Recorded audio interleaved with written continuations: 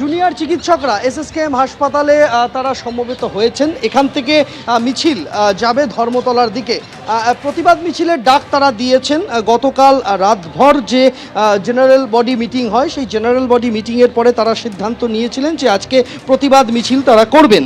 এখন কর্মবিরতি তোলা না তোলার বিষয়ে সেই সিদ্ধান্ত হয়তো আজকে ঘোষণা করা হতে পারে। দিনে দুবার ব্যবহার করো স্টপেজ ক্রিম আর নিজেকে রাখো এভারগ্রিন কেয়াশেক আরোমা থেরাপি স্টপেজ ক্রিম আর খুঁজে পাও নতুন আমিকে। এই মিছিলের পর থেকেই এই ঘোষণা করা হতে পারে, সেই সম্ভাবনা রয়েছে। কেননা গতকালের বৈঠকে সিংহভাগ জুনিয়র ডাক্তার তারা এই মিছিলে এই আজকের দিনে এই মিছিলের পরই এই বিষয়ে একটা মিছিল ইতিমধ্যেই শুরু হয়েছে। আপনারা দেখতে পাচ্ছেন এসএসকেএম থেকে ধর্মতলা পর্যন্ত যে মিছিল যাবে সেই মিছিল শুরু হয়েছে। সৌমিত্র রায় আমাদের অপর প্রতিনিধি রয়েছেন আমাদের সঙ্গে। সৌমিত্র,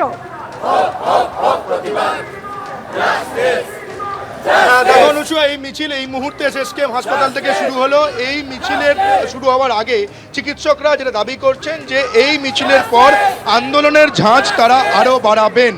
এই মিছিল এসএসকেএম হাসপাতাল থেকে শুরু হয়েছে, ধর্মতলা পর্যন্ত মিছিল যাবে। ধর্মতলায় মিছিল শেষ হওয়ার পর এই জুনিয়র চিকিৎসক এবং সিনিয়র চিকিৎসক তাদের কিছু পরিকল্পনা রয়েছে। কি সেই পরিকল্পনা, আগামী দিনে আন্দোলনের রূপরেখা কীরকম হবে সেটা ধর্মতলায় পৌঁছানোর পরই ঘোষণা করবেন তারা। তবে যেটা জানা যাচ্ছে সেটা হচ্ছে এই মিছিল শেষ হওয়ার পর এই যে আন্দোলন, তাদের সেই আন্দোলনের ঝাঁজ আরও বাড়বে। কি কি পরিকল্পনা সেটা ধর্মতলায় গিয়ে তারা জানবেন। যেটা জানা যাচ্ছে যে এই জুনিয়র চিকিৎসক তারা আমরণ অনশনে নেওয়ার একটা পরিকল্পনা রয়েছে। এ মিছিলে তুমি দেখতে পাচ্ছ যেমন জুনিয়র চিকিৎসকরা রয়েছেন, পাশাপাশি সিনিয়র চিকিৎসক তারাও রয়েছেন। আমরা দেখলাম যে এই মিছিল এসএসকেএম হাসপাতালে বেশ কিছুক্ষণ আগে থেকেই এই মিছিলের প্রস্তুতি চলছিল। বিভিন্ন মেডিকেল কলেজ হাসপাতাল থেকে গাড়ি করে একেবারে চিকিৎসক, সিনিয়র চিকিৎসক এবং জুনিয়র চিকিৎসক তারা এসএসকেএম হাসপাতালে এসে জড়ো হওয়ার পর এই মুহূর্তে মিছিল শুরু হয়ে গেছে এসএসকেএম হাসপাতাল থেকে। এই মিছিল থেকে একটাই স্লোগান উঠছে, এসএসকেএম থেকে শুরু হয়েছে মিছিল এবং এই মিছিলকে শেষ হবে ধর্মতলায়।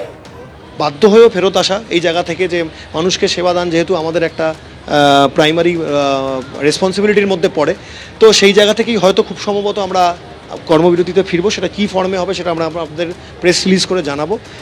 কিন্তু এও আমাদেরকে জানিয়ে রাখি, সেটা হচ্ছে আমরা খুবই হতাশ, কারণ আমরা যে মোটিভ নিয়ে আন্দোলনে নেমেছিলাম সে তার মধ্যে শুধু 4টে ট্রান্সফার বাদে এই 56 দিনে কিন্তু কিছুই পেয়ে ওঠেনি। তো আমাদের সেফটি সিকিউরিটির ডিরেক্টিভ এসছে, কিন্তু সেগুলো এখনও কোথাও তৈরি করা হয়নি। থ্রেড কালচার নিয়ে কেউ আজ অবধি কথা বলে উঠতে পারলেন না, মাননীয় মুখ্যমন্ত্রী এটাকে রেকগনাইজই করলেন না। তা এই জায়গা থেকে দাঁড়িয়ে আমরা আদতে এখনও কিন্তু কাজে ফেরার জায়গা থেকে নেই, কিন্তু আমরা মানুষের জন্য, মানুষের কথা ভেবে কাজে ফেরার হয়তো সিদ্ধান্ত নিয়ে ফেলতে পারবো খুব চটজলদি। কিন্তু আমাদের আন্দোলন থামছে না এবং এই জায়গাটাকে আমরা জানিয়ে দিই, হয়তো আগামী দিনে খুব শীঘ্রই আমরা কোনো বৃহত্তর আন্দোলনের কর্মসূচির ডাক দেব।